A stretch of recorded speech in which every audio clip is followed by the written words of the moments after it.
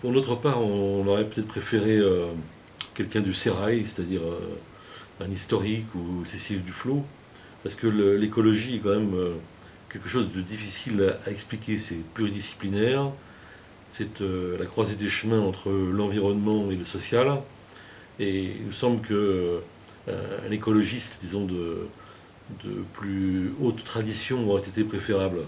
Mais dans le choix qui nous a été proposé, et qui a été proposé aux Verts et aux sympathisants d'Europe Écologie, je pense que c'est un moindre mal, elle est quand même assez référencée, et c'est quand même préférable quelqu'un qui combat la spéculation et les paradis fiscaux, plutôt qu'un animateur de télévision qui survole le Michu Picchu en ULM pour TF1.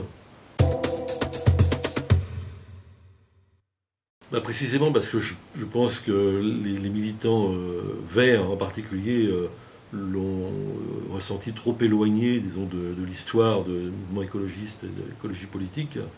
Je ne doute pas de sa sincérité personnellement, mais le ralliement est très brutal. Et, il vient à peine de renoncer à ses sponsors qui sont tout à fait antinomiques avec le discours écologiste. Donc il y a cette période, disons, de bienséance n'a pas été respectée. En revanche, dans l'itinéraire d'Eva Joly, il n'y a rien d'incompatible avec, rien d'inconciliable avec le discours écologiste, même si ce n'est pas un discours écologiste d'origine. C'est bien possible, mais il faut se méfier de ce genre d'objectif, parce que alors pour le coup, on aurait pu dire que Hulot ferait un meilleur score, et puis encore un autre animateur encore plus populaire de la télévision, etc., etc.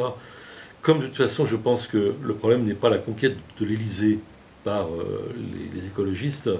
Je pense que l'objectif qu'ils doivent se fixer, et je pense qu'ils sont assez lucides là-dessus, c'est bien sûr de faire un bon score, mais surtout de réveiller les consciences sur les enjeux qui, encore une fois, sont à la croisée des chemins entre les catastrophes environnementales qui sont devant nous, si on ne change pas les comportements, si on n'attaque pas le système à sa base, système capitaliste en somme, et si on n'a pas, disons, une discussion, un débat très clair sur les objectifs de l'écologie même.